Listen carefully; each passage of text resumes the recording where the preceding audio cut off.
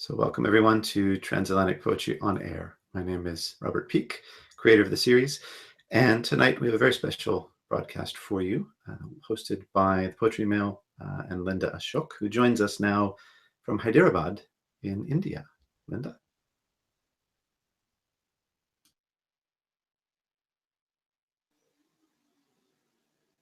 Thank you so much, Robert, for having us this evening. I'm Linda Ashok.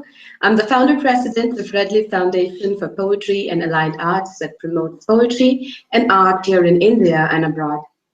I edit the Poetry Mail and administer the RL Poetry Awards since 2013. I'm really proud to have these two wonderful women poets from India, Jennifer Robertson and Vinita Agrawal, who have also been the jury of RL Poetry Awards in 2014 and 2016, respectively. We are going to kick things off with Jennifer Robertson reading from her work, followed by Vinita Agrawal. I would like to inform the audience that you can ask questions after both the poets have read. We will have about half an hour for the questions and answer round. You can also ask questions via Twitter using TA Poetry. Let me introduce Jennifer Robertson before I pass it over to her. Jennifer Robertson is a contemporary Indian poet, critic, and independent curator living in Mumbai. Her book reviews and essays have appeared in American Book Review, Scroll, and The Telegraph. Her poems have appeared in The Missing Slate, 40 Under 40, and Anthology of Post-Globalization Poetry, published by Poetry Wala, and in Urban Myths and Legends Anthology, published by the Emma Press, UK. Jennifer is the convener for literary events hosted by the PEN All India Centre. Her first poetry manuscript was chosen for the Editor's Choice Award by the amazing Great Indian Poetry Collective and will be out anytime soon. So over to you, Jennifer.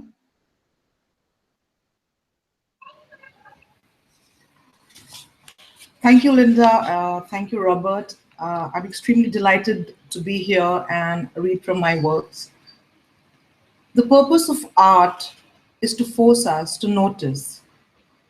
Since perception is usually too automatic, we develop a variety of techniques to impede perception. So how do we make the quotidian strange, the ordinary intraordinary? How are we navigating the space between personal and private space? These are some of the questions that I try to examine in some of my poems. I'll jump right in and read the first poem, which is called Pip's Prologue. Bolaño says, all poets, even the most avant-garde, need a father. He says that poets are orphans by vocation. So I wait by the window for a sparrow to arrive while I rehearse my lines. Dad, here's your quote. The second poem is called Polaroid Picture of Faces Before Rigor Mortis Sets In. This corpse is sculpted like ruddy hands, bristling, barking fingers of caprice and tenderness. Now that is something Rilke would write. I write abrupt prose disguised as a poem. I assemble words, morgue, metatarsal, hoping for a radical bonhomie of sorts. I grope the dead for nocturnal conversations, brazen and intimate. I grope other words, arteries, veins, cranium, mandible. I also write about the synovial joint and patella. These are the words I remember, among other words that are faint and feeble, calligraphed on a prescription letter. This is how I recognize bones from people, dads from doctors, who show their daughters Polaroid picture of faces before rigor mortis sets in.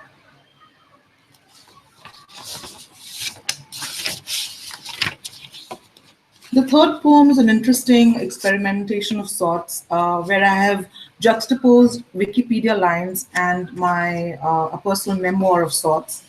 It's a hybrid form that I have tried. The poem is called The Relevance of Assorted Wikipedia Lines. Human whistling is the production of sound by means of carefully controlling a stream of air flowing through a small hole. For instance, my dad in the year 1985 could impeccably whistle the Beatles song, I Want to Hold Your Hand. When I became old enough to legally drink, I tried singing the same song at a karaoke night. I couldn't. It was at Martin's Corner, Goa. I didn't know the words. I tried to whistle the song and people thought I was plastered. Lambretta is a line of motor scooters originally manufactured in Milan. Lambretta was my dad's first scooter. In the year 1987, I was riding pillion and my dad was saying something. His voice was incoherent. I remember I put my ears against his back. His voice remained muffled, but the volume got amplified. Reverberation is a collection of reflected sounds from the surface in an enclosure like an auditorium. Sometimes you need eyes to hear the noise. Sometimes the noise gets blurred and patchy like old photographs. But if you put your ear against the right wall, you can see noise. That Lamby was white and blue. Ben-Hur is a 1959 American epic historical drama film directed by William Wyler. This was the movie that was playing when Dad left me at an uncle's place. Charlton Heston's face is synonymous with the way people fashion their exits, stone-cold and chiseled. Gray's Anatomy is an English language human anatomy textbook originally written by Henry Gray. My dad taught anatomy all his life. Half my life I thought his favorite word was mandible. Verb, touch. An act of touching someone or something. Third person present, touches. Past tense, touched. Past participle, touched. Gerund or present participle, touching, an act of touching someone or something. In the year 1987, I was riding pillion and my dad was saying something. His voice was incoherent, I remember. I put my ears against his back. His voice remained muffled, but the volume got amplified. Recall in memory refers to the retrieval of events or information from the past. Along with encoding and storage, it is one of the three core processes of memory. It's 2016. I try to whistle a song and people think I'm plastered.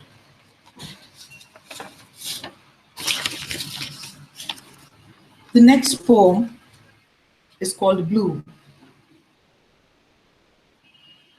You approach me with an intimate strangeness, a deeper shade of blue, but the you is not constant. I wonder if the I is. Somewhere in the distance, a leaf falls and displaces its shadow. I have been looking for that shadow and writing of the fall.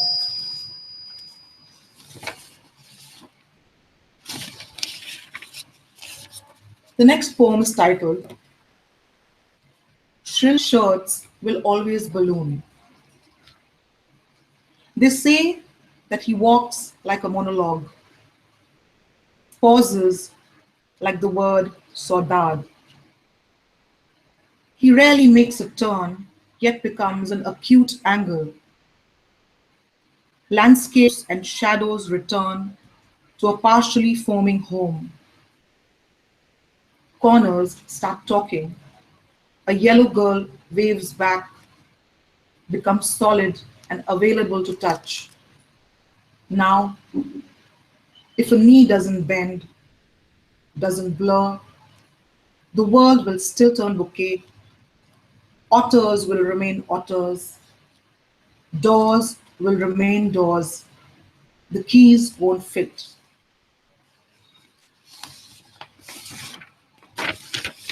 The next poem is called The Afterlife. You move from tongue to silence with a wanton ordinariness. I draw a blur across my face, line after line after line. This is how we perish and knock on window panes like secret convulsive winds. This is how we mend a secondary storm. We then call it beautiful, eternal, unable to find a synonym or a fluted word that disappears, lingers, stays.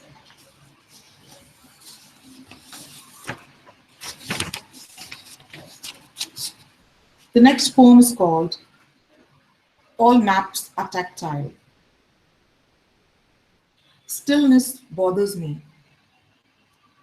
Not the kind of stillness that Poquelin inspires, but every other kind of stillness that remains unnamed, like the stucco silence of stalactites.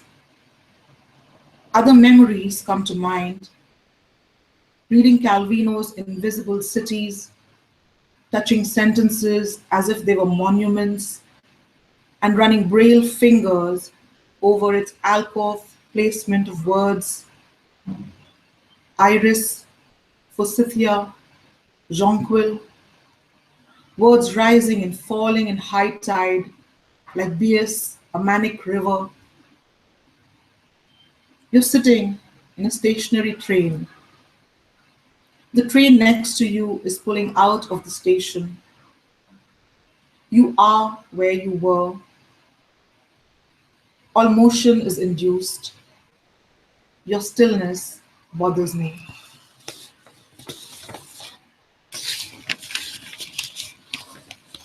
Those who love the rich emotional and aesthetic realm of cinema might first assume that nobody can really put the experiential aspect of cinema in words, or rather it's difficult to do that. I absolutely love cinema, and it finds, it permeates my work in interesting ways. So here's a poem that's called Klimt Adele, Dusts the Gold Off Her Alabaster Skin. She spells furnace incorrectly. Obsession can be many things. Sacred, profane, benevolent, like the color yellow, like breaking a line yellow. An enjambment, a caesura, a pause. Incisions are always yellow. What's the color of Fei Wong's dream in Chungking Express? Gamboge, ochre, citrine, or smoky quartz? Often and giraffe yellow, she says. Then there is this yellow that returns to town as a stranger, the amnesic yellow. She remembers the color of smallness around the neck of a yellow-throated sparrow, and the word komoribi, a light that streams through the leaves in a forest like a Terence Malick film. The spiritual yellow. Yellow, the color of Kafka, circling like a moth around Malina's letter. A light that burns his head yellow. The dissipating flame yellow. The camouflage yellow. The fire opal yellow, as fervent as Rimbaud's breath yellow. A spider that travels a lot. She remembers the dictionary yellow, glistening, bulging, curvy. What strikes her is the ferocity with which one yellow meets the other, stripping everything down to the negligee, the language of insolence, like the time when Nicole Kidman gets stoned and talks about her obsessive erotic fantasy in Eyes Wide Shut. Kubrick fills the bathroom with a hazy, dreamy blue, almost an irreverent stream of lapis lazuli, but Nicole is all yellow, a svelte lie entering the sun, unaware of the fact that gold melts at 1064 degrees centigrade.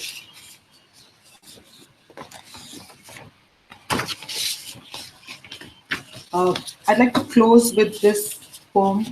This is called Phantom Voice. It has an epigraph by Anais Nin. I take pleasure in my transformation. I look quiet and consistent, but few know how many women there are in me. No more walls, she says. No more coats. I'll have none of that. None of your hands shadow boxing a hermit crab. No more repetitive shapes or sharks to set things right. Ocean after ocean after ocean. I'll speak of things, of names too difficult to decipher. And yes, no more changing into a flower, a sea anemone, a jellyfish. I'll remember that all animals are predatory at the bottom of the sea. And then I'll remember and speak of hurricanes, mirrors, and odd-numbered fantasies, of a brokenness you called inadequate, paltry, blonde. You will not be able to see me change. You will not see me drifting into the sea.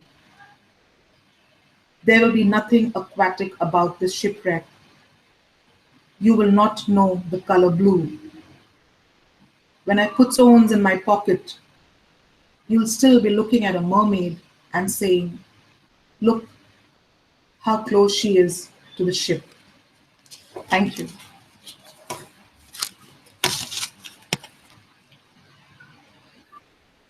Thank you, Jennifer, for such wonderful and lovely poem you have read for us tonight. I would now introduce Vinita Agrawal, our next poet. Author of 3 books of poetry, Vinita is a Mumbai-based award-winning poet and writer. She is senior editor with Woman Inc., a platform that addresses issues of women's safety and discrimination.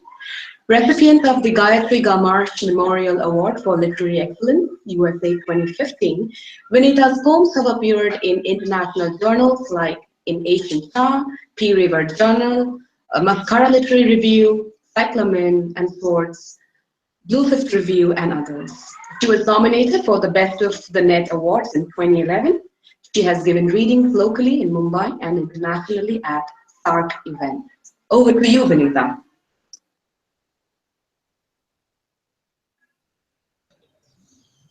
Hello, Linda. Hello, Ashok, Robert, and thank you both for this wonderful opportunity.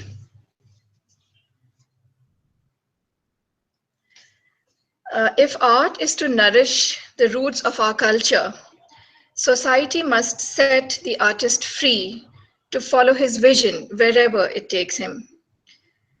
Poets are not engineers of the soul, yet if they are to remain true to themselves, they must let the chips fall where they may. So this is where the chips fell when I saw an old man sitting in a garden. My first poem is called The Old Man in the Garden. He is a story being told through tall garden hedges and long rows of barbed wire fences. In the white of his eyes, that space of pain, a hammer swings and tiny cottages move, longing for something called rest.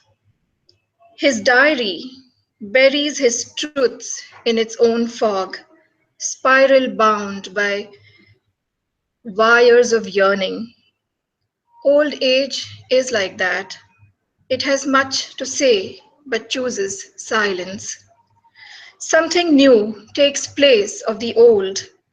New blossoms flourish on new trees, except that a nameless smoke drifts along the back of a garden bench, brings water to the onlooker's eyes. The punched out sun that glides just above the grass at noon shudders at the scribbled words, trembles at its proximity to the diary of yearnings. Its light tramples the shadows surrounding the lonely garden bench. Perhaps its lone occupant asks the bald sun to move into his heart, move through the coils of his fingers, move through his small, rusty words, move so that his story might end with a semblance of warmth. If an artist is allowed to serve his nation, then he or she must have the freedom to raise voice against oppression and suppression. And a nation which disdains this mission of the artists is a nation that has nothing to look back on with pride and no hope for the future. So said JFK Kennedy when he was quoting Frost at Amherst College in 1963. My next poem, All the Pain, makes an attempt to voice some of the angst I feel at the things happening around me. My father is lost in the range of time's darkness, and my mother, from all her anger and despair, has become dull even in fractal recalls. Only the rippling air of their impressions cups their footsteps in my ears. Trees rest after a storm. It's not good to know the cave of a stranger's mouth, nor to have strange hands fish out desire from the steeple of my legs and break the barricades of my clothes. It's not good for my shadow to look lonely or to think of blood when I think of love. Can't stay locked in another person's mind. Humans, plants, and birds are burdens in my veins. Every time I settle into bed, I feel a strange sadness seep into my bones. Pain, like some sections of the night, becomes a concrete thing, the thing that shapes me. I want to ignore the wag of bitter recollections, be pure like the old half of myself. I want to wash away my scars gently, without my snarling grief clogging the gutters of the city.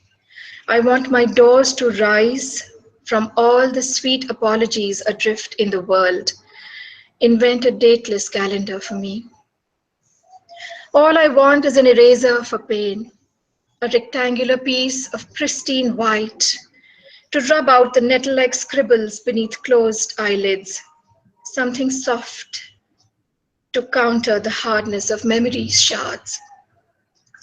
Breaths that expunge the sighs I want, and rains that dissolve the obfuscation of fogs. For me, poetry has been a means to save myself and to cleanse myself. So this is a poem that reminds me of that suffering is not an isolated thing. And when you club the experiences of all the people in the world, there's richness and diversity even to suffering. It's called The Solid Lines of Disappearing Things. The air, the tree house that once knew love is now weak in the knees. And in the time it took those moments to become page weary, to turn from solid lines of tree trunks to smoke, a world fell. Somewhere in the twilight age, the shaved heads of jasmines ride the desire to bloom on wet branches of August, but they have lost touch with themselves. We cannot become ourselves again. You and Varanasi, where human heads sink when alive and float when dead, where seemingly harsh, bladder-bright yellow crystals gleam, are disappearing thoughts. A male world is full of dirty jokes. Hospitals do not care. Children continue to laugh off mestizos. And we do not know ever if we want to laugh or cry. But swifts come every day, watching the middle-aged man finely tune his deck of life. My next poem, called Black Waters, is one of my rare poems which came out of one of my travels. I had gone to Andaman and Nicobar Islands in the Indian Ocean, which is a place where they have a cellular jail, where prisoners were put into this jail during the British colonial rule. And it was a prison that they could never hope to get out of. The poem is called Black Waters. The revolutionaries were exiled for life in a puce-colored colonial prison on an archipelago untraceable on the maps, every breath harrowed, black-hued or not at all. Iron contraptions for the neck and ankles, coarse jute tunics for shoes, rations fit for sparrows. Flogging that made buttocks bleed, permitted to urinate just once a day. Tortured and abused on hand-driven oil mills, extracting 10 pounds of coconut oil like an indemnity. Their nerveless hands slack, their countenance fractured. Up in the heavens, stars glistened moistly for these rebels. No one ever escaped these black waters, the excruciating seas, the agonizing oceans. Only their screams made it out, raided the air, cracked the winds, and lay scattered like dead leaves on the islands, like fragments of a tormented mind. To think that political dissent could be like this, indictment could be like this, that a man might lose all dignity, die of hunger, lose his mind, be crucified at the edifice of endurance, but gain a country nevertheless. My next poem is called Death. On this, the longest night of the year, the earth is sunk in its never-ending shadow. I clear the bed of the debris of my body, make space for the long night. The shimmering leaves outside the window pass on strokes of breeze, rustle against my gaunt life, shrinking in my marrows. Darkness shall pass like a black thread through the eyes of a steel needle. My eyes is sclera. Or like a mudslide through the dusk of nipples, prolonging the tease of touch buried in June. I have looked at death for too long, charred it with unending solstices. Now nothing remains that won't pass the test of orbits. Equator, hemispheres, and the one and only sun, wandering between the two like a candle incising the dark. When death comes, it shall only light up ashes long gone cold.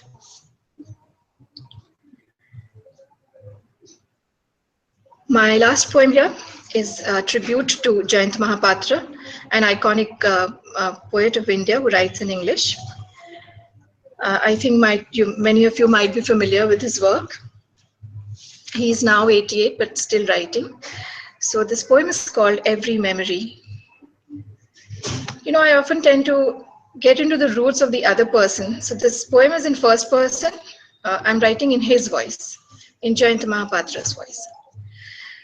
My birthday makes its way to me through yellowed walls of air, a hero of 88 crude beginnings, now walking backwards without a crutch towards childhood. The yellow-breasted songbird is new every year, hatching from eggs freshly laid on fresh, shimmery branches of the old guava tree. God knows where it disappears when leaves change color. God knows why nothing changes in me. I pine for the stream that passed by my house, now dry. I pine for its turbulence, its laughter. I fear its stark shadows that envelope my doorsteps the way its waters never did. This birthday, The cards seem less, less too the visitors, less the heartbeats in my chest. Only the memories are full-blooded, standing wrongly before my eyes when they should be buried inside the sun the way rivers are. In the evening, a kind neighbor walks in with a candle and a cake, and in that single flame I see 8 decades melting, birds flying, ink fading. And then, just like that, I search no more, which shall not return. Not the birds, not the stream, nor the ink that loved my words. I open doors and windows, set everything free, every memory. This was my last poem, which I had written, but I would like to read a poem by Faiz Ahmed Faiz. I'm translating his works, and the book called Faiz Once More is going to be released in 2017. So Faiz Ahmed Faiz was a Pakistani poet born in 1911. In 1984, he used to write in Urdu. So I would like to conclude my session with a poem by Faiz Ahmed Faiz. In Urdu, the first line is Ye daag daag ujala, ye shab gazida sheher. A blemished dawn, a morning bitten by the night. This can't be the daybreak that we'd been waiting for. This can't be the dawn whose desire we cherished, and in whose search our friends set out hoping to find it someday. The ultimate destination of stars lies in the desert of the skies. These dreary waves of nights too must have their shores somewhere. Where the sorrowed boat of the hawk. When friends set out on the mysterious highways of young fiery blood, they were pulled back by countless hands. Arms kept beckoning from thresholds of the restless bedrooms of beauty. Bodies kept calling. But the yearning to see the face of a new dawn was more intense. Even though the lissom beauties were well within reach, and buoyant was desire, slight the weariness, I've heard that the distinction between darkness and light has been made.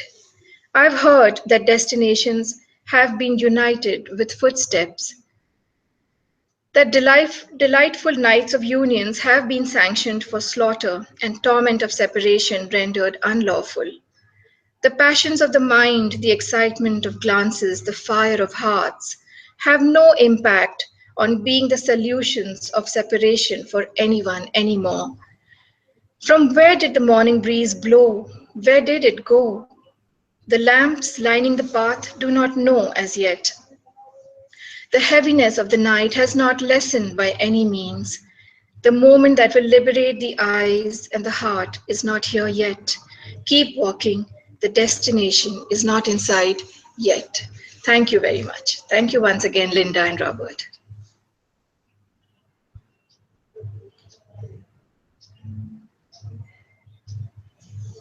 That was really wonderful, Vinita. How lovely you have read tonight. And now I will move on to asking a few questions, both to Jennifer and Vinita.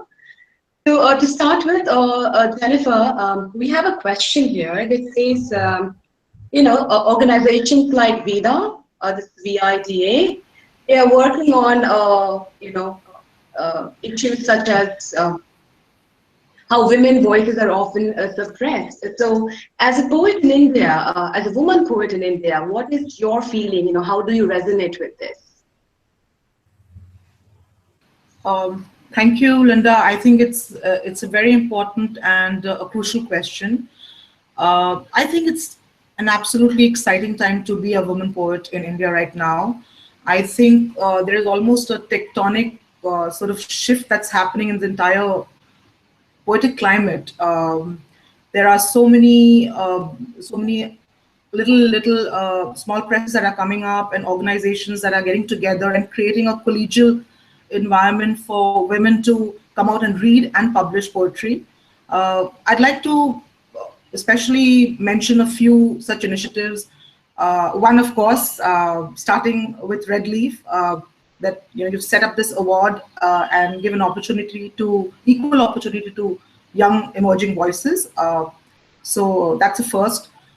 Cappuccino Readings is another such initiative that runs poetry reading with a special focus on women and emerging voices, as well as supporting language poetry.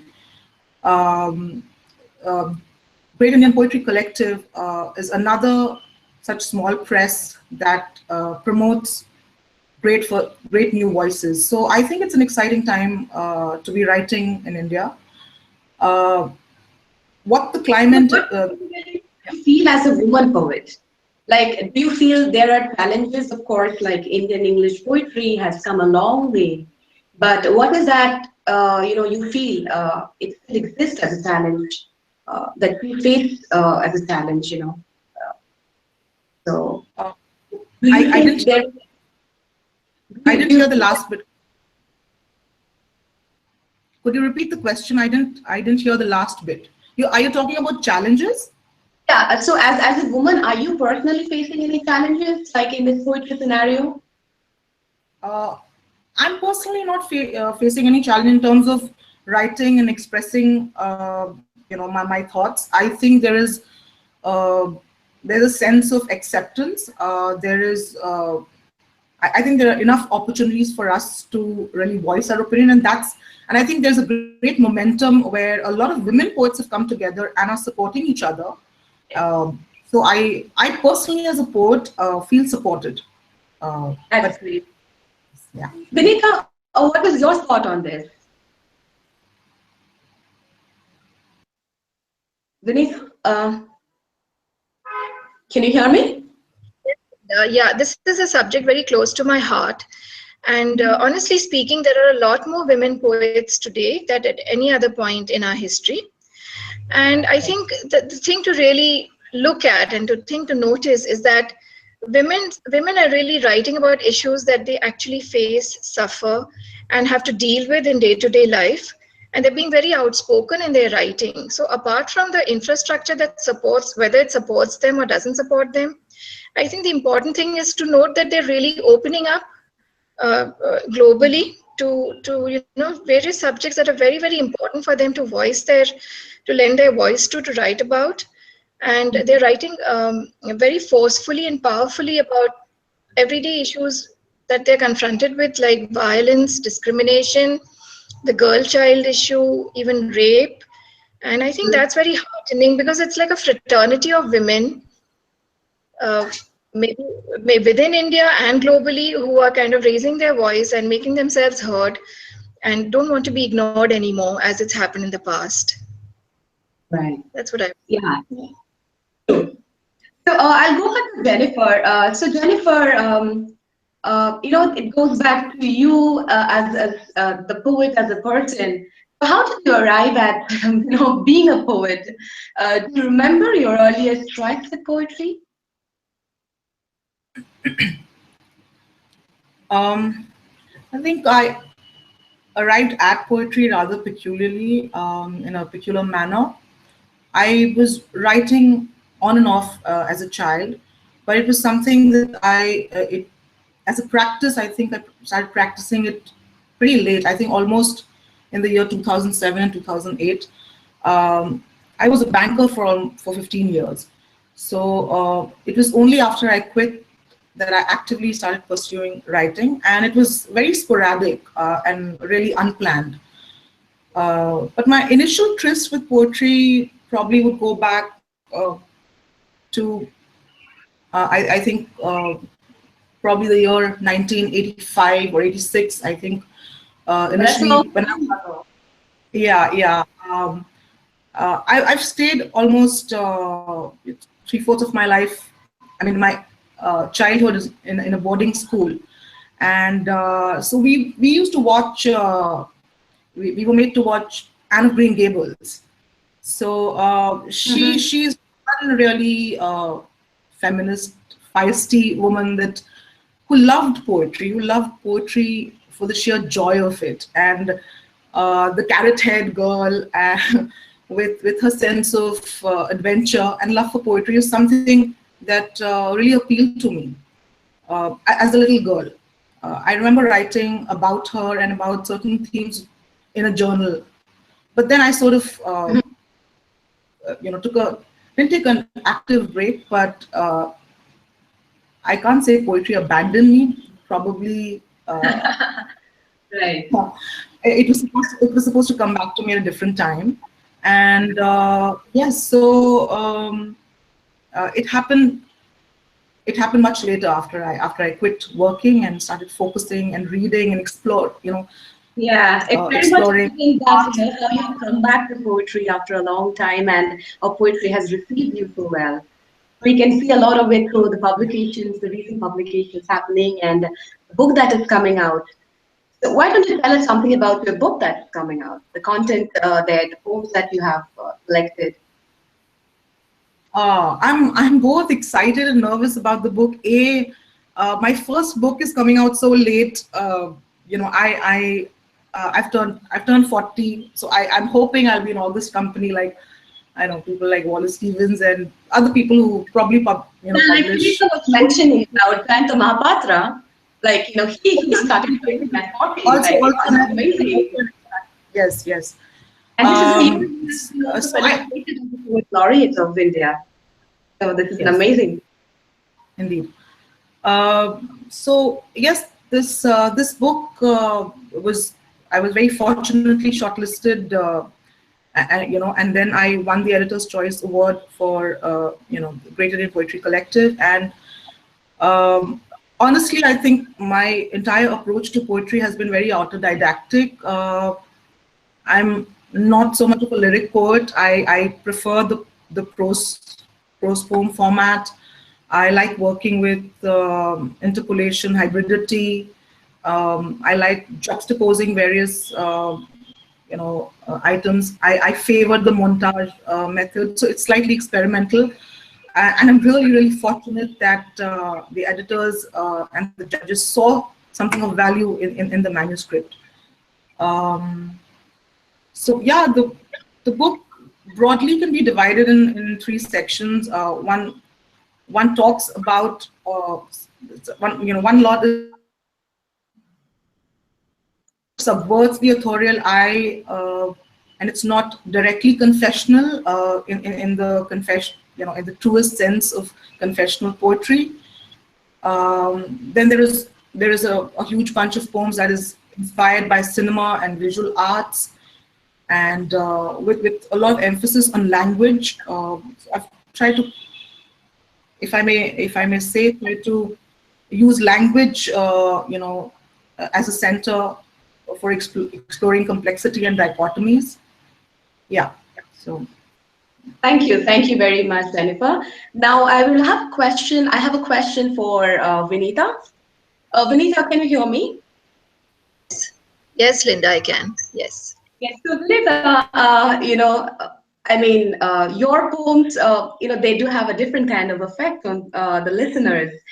There are so many aha moments in your poems. So Okay. I have a few lines that I've quoted from your works, and I would read them out, and then I would request you to comment on those quotations, right? Yeah. So, to quote a few, there is this phrase, the oiled sky of dawn, and then you have brokenness stood on the spindly legs of a yawning regret of words not spoken. Love not expressed, my asthma not cleared. You have every tear fills the jar of the waiting moon, and despite the hell towers all around, writers resurrect the doors of broken thoughts. Yes. And this is one of the most beautiful ones, a medallion soap of clear curtain light, a washcloth of betrayals propped on the tub's edge, leaving the bare branches of arms tingling. How beautiful are these lines? Like, how do you get to, bring yourself to these beautiful, beautiful expressions? Thank you, Linda. Thank you very much. First of all, jokingly, I would say that they all come from a place of no recall. Because when they come to you and you don't pen them down or don't write them down, then they're lost, completely lost. Right. But these lines are all from 3 different poems of mine. And I think it is the emotion. When you're writing a particular poem, it's the emotion that drives your thought. And then the thoughts, they anchor themselves to words on their own. Like in the first poem that you quoted, that is Words Not Spoken. That is my debut book. It's also the title of my book. And this poem was about when I lost my mother, and this was about not telling her enough times that I loved her, and not telling her enough I love yous to her. So that's where it was the words not spoken. But generally speaking, Linda, the thing is, strength is something that is the visible signs of strength, like somebody in power, somebody in a power position, or in a position of office, or physical strength. These are not the real, the areas of strength. What is hidden and what is not visible is, I think, it's really that which is more important, and it is indispensable to drive society through those means. And that's how you construct your thoughts in such a way that what is obvious is conveyed in a more subtle manner, and at the same time it takes it becomes a core of your writing. Like when I started writing, I always believed that people write about pain and suffering, but I felt that there's a sense of numbness attached to pain.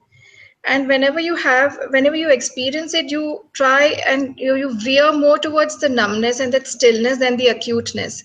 So that's what I Right. try to bring to the core of my writing, and I have discovered that endurance is at the core of my writing. And as for these phrases, they just come and it just happened to you, something you read somewhere, the epiphany effect, things like that. That's Yeah. wonderful. So you were reading a translation of Faiz's work. So it's a book of 50 poems, I believe. Yes, So 50 translations of his work. right. Could you throw some light on why you chose to translate Faiz in particular? What were your experiences as a translator? Also, if you can talk about that. Yes, certainly. I'd love to tell you, because when I started on this project of translating Faiz, as you know, Faiz used to write mostly ghazals and nazms. They are set forms of poetry. And I was told by everybody that it's impossible to translate a ghazal. Nazm is more like a free verse, so that is more easy. It's easier to do that. And I totally agree that the ghazal has a soul of its own. It just can't be translated into any other language. But Right. nevertheless, I wanted to translate Faiz because he was one man who had the sensibility and the sensitivity to object to an intrusive society, a closed society, and he had the spectrum of his poems ranges from raising his voice against oppression, and this gut-wrenching loneliness that he talks about. And when he talks about love, every woman goes weak in the knees. So there's Oh, this. so true. Yeah. So I was very, very tempted to translate Faiz and bring him alive for the contemporary reader, because Right. most of us have lost that link to Faiz, and I hope reading him in English will at least familiarize him with the generation today. Right. So, Yeah. was it very difficult to find a publisher for your translations, like this book that's going to come up? Actually, it wasn't. My book is going to be published by Paperwall Media, and Faiz's poetry is entirely monitored by Faiz Foundation, which is based in Lahore, and his Right. daughters look. So they were very encouraging, and they appreciated the translations, and they were eager to see them out in print after all these years. He hasn't been translated for some time now, so it was not difficult at all, and it's good. It's good. That's really great that you came out of your writing zone and thought about translating the works and helping translation also walk a few miles ahead. So That's yeah, right. thank you. Yeah. Thank you, I'll go Linda. back to Jennifer. Jennifer, can you hear me? Yes, yes. Jennifer, one thing I have noticed in your poems is the mention of bones. Bones appear to be a very recurrent imagery. So, would you like to throw some light in its usage? Um, I think, well, the answer is probably already there in some of the poems that I've read today. Both my parents are doctors, and my father, yeah, and my father taught anatomy till the time he retired. So I think these are some of my early influences, and these metaphors sort of sneak in and permeate my work. I think as a little girl, I remember him preparing his lesson plans, and I think instead of curios, at times we had bones all around the house. So little femur, little tibia, one skull, and it wasn't abnormal because he would these were part of his lesson plans. So yes, though they sort of find a way to my work, interesting ways, and I have a rather intimate relationship with bones. Yeah. Thank you. And another thing I would be very interested in is the hybrid practice in your poems, where you juxtapose cinema, visual art, and criticism. Some references might seem willfully obscure and solipsistic. Do you worry that you will be alienated from the audience? Well, initially when I started writing and sharing few of my poems in a couple of forums, because the metaphors were slightly different with bones. I was writing about bones a lot, plus this entire hybrid practice of juxtaposing cinema and visual arts, and most of them are not mainstream cinema. I did get a lot of feedback saying that this seems slightly obscure, and there's a sort of glacial emotional distance from from the audience. And but the question to really ask is, I think we write from our own personal impulses, and we write about things that impact us the most. And I felt there was a sort of integrity in staying true to all the stimuli around me. And well, for a very long time, I was just writing and hiding, and you know that, Linda. I mean, you sort of ghost published my first poem, right? I wasn't writing and sharing anything with the world at all. Right. But yes, I think these, what happens, I think, in this hyper confessional environment, in the climate today, sometimes when you use the persona, as a poem, you're subverting the authorial eye. It does create a sort of distance. And I think, again, you can probably harken it back to the slightly clinical approach that my parents might, would have taught me, or I probably have subliminally learned.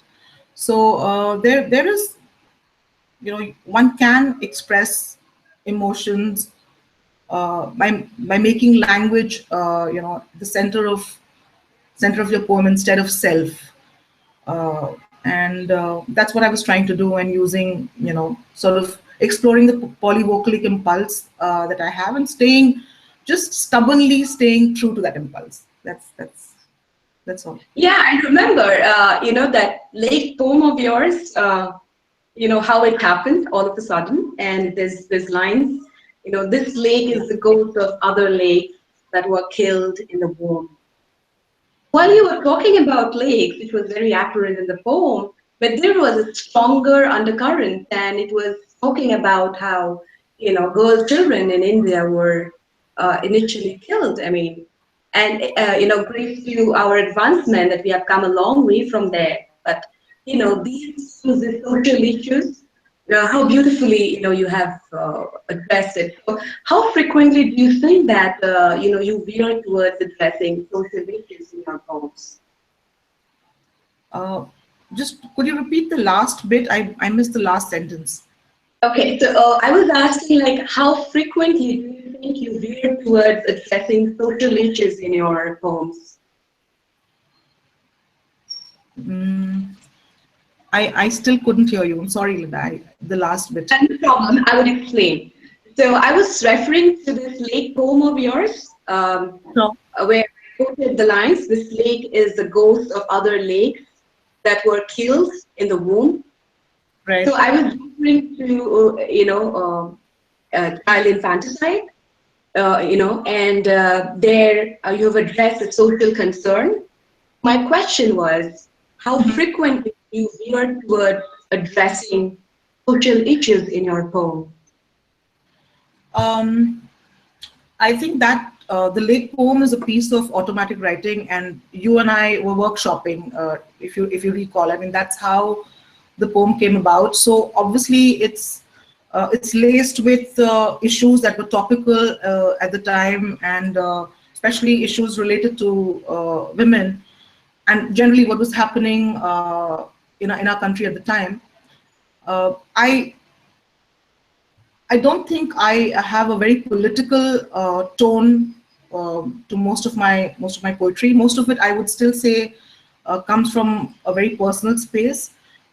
But the personal also is political. I think also in the way that we're trying to express ourselves, or the forms that we are, we use in terms of expressing ourselves. Like, for instance, I didn't read another poem which is called Becoming Lydia Davis.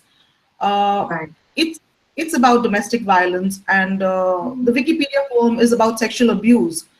But I didn't want to write about it from a point of a victim. I wanted it to be written, and all the complexities to be explored via language. It was supposed to be basically a conversation. I think the first thing, as Vinita rightfully mentioned, is that the first right is that we or women, should be allowed to really or feel free to really express themselves. But how are we choosing to do that? And we're using various platforms, various mediums to do that. So yes, Lake poem was one such poem, and there are a couple of other poems. The Wikipedia poem, Becoming Lydia Davis, that's also part of my manuscript. Oh wow! Brilliant. Yes. I hope I've answered you. Yeah. Yes, of course it did. It did. Thank you. And with this, I would move on to asking Vinita my last question. So Vinita, am I audible to you? Yes, perfectly. Okay, thank you. So you have stated in one of your interviews that your poems veer toward the state of stillness. So could you expand more on that? Like, what exactly did you mean? Yes, Linda, this is something I realized. Like, I've been writing poetry for now 20 years of published poetry, and before that, it's a long stretch.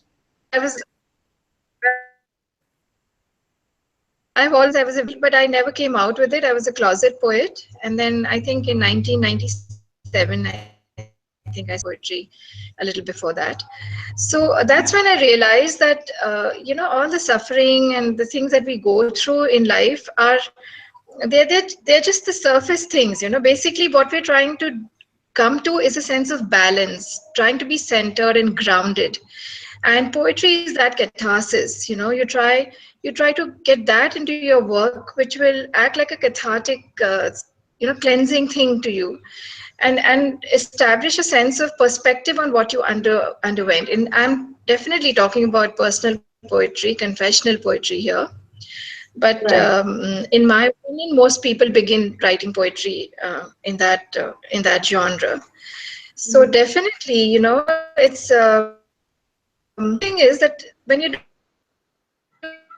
doing stillness and this kind of this balance and the grounding and the centering doesn't come about. It's only when you're physically active doing something else and suddenly the poem comes into your mind, and then you want to just settle down with it and pen it down and write it down. And that's what I have experienced, and that's what my poetry always tries to portray, a sense of a balanced perspective. At least that's what I aim to do. I don't know whether I'm successful at that or not, but some amount of the core thing is balance, being centered, and endurance. As I mentioned before, endurance has always been this things like courage and fortitude. These are emotions that gel very, very strongly with me. I get attracted towards these war novels for these reasons. So that's what I mean when I say that my poetry veers towards a sense of stillness, not acuteness. Right. Thank you. Thank you, Vinita. So with this, we come to the end of this reading tonight.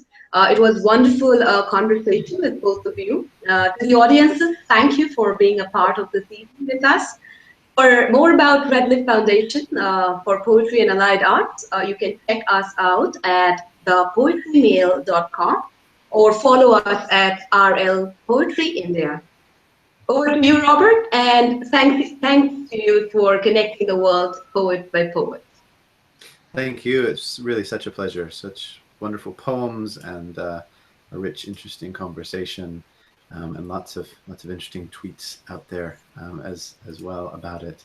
So thank you for being part of this. And we're going to do this again in just a few weeks' time. So for those of you that are around in the month of February, we will be featuring Mark Fides from London. He'll actually be joining us from Dubai, but he's based in London, and Janine Hall-Gailey from Seattle, Washington. That's on Sunday, February the 12th. It's at 7 p.m. in the UK, 2 p.m. on the East Coast, and 11 a.m. On the West Coast. So thank you once again to our wonderful poets, and a reminder to all those of you listening that if you enjoyed what you heard tonight, do seek out their books in print, seek out their work online, support them in their continuing journey as poets. Thanks for being here. It was just an absolute treat once again for me to tune in, and we'll see you again in the month of February. Bye for now.